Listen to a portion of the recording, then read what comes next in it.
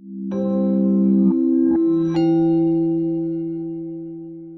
CFO has enormous opportunities to make a difference and an enormous responsibility in making sure that the company remains a fit-for-growth company, both in the crafting of that strategy and in the embedding and the operationalization of the strategy.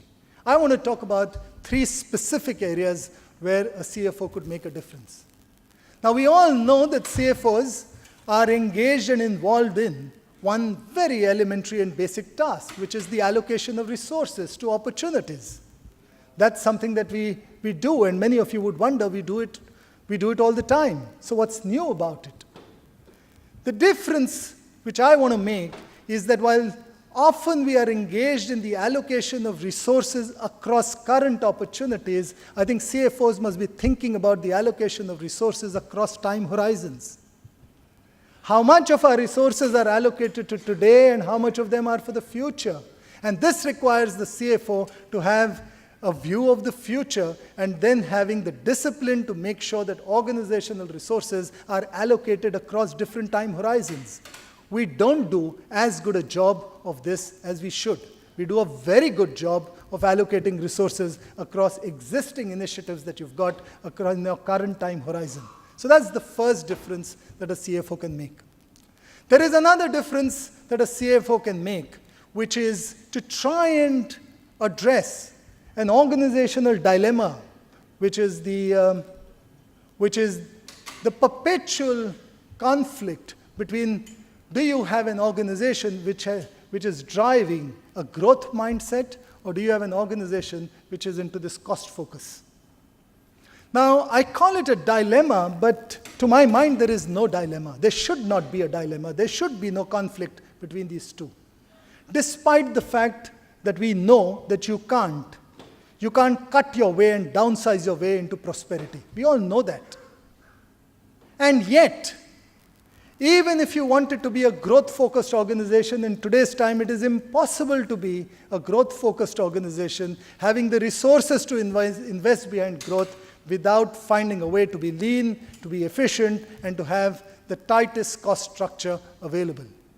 Forget providing resources for the future. If you don't have your cost structure right, you will struggle to actually grow in the present. You will struggle to have the resources which are available for that. And therefore, making sure that you focus on cost is not a choice. It is not a choice, it simply has to be done. But in addition to this, there is something else that a CFO could do, which I dare say most people tend to ignore. It is in my view that there are bigger elements of cost, hidden costs in an organization, which are much, much more, and the payoff is going to be many times higher than some reduction in cost through overhead cutting. And that, in my judgment, is internal organizational complexity.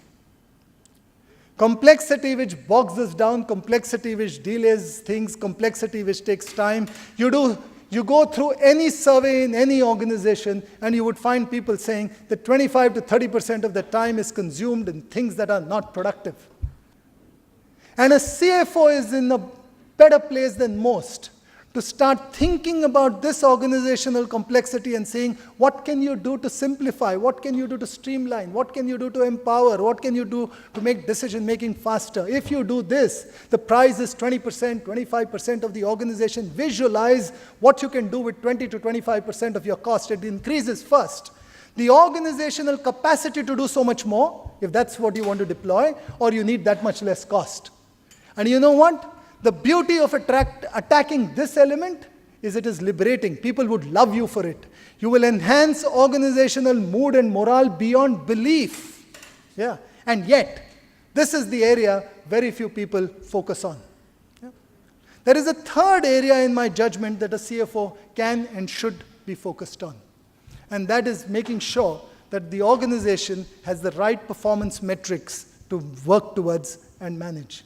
I cannot overstate the importance of this. You can talk all you want. You can give the speeches which you want. You can exhort people about the need to manage for today and for tomorrow.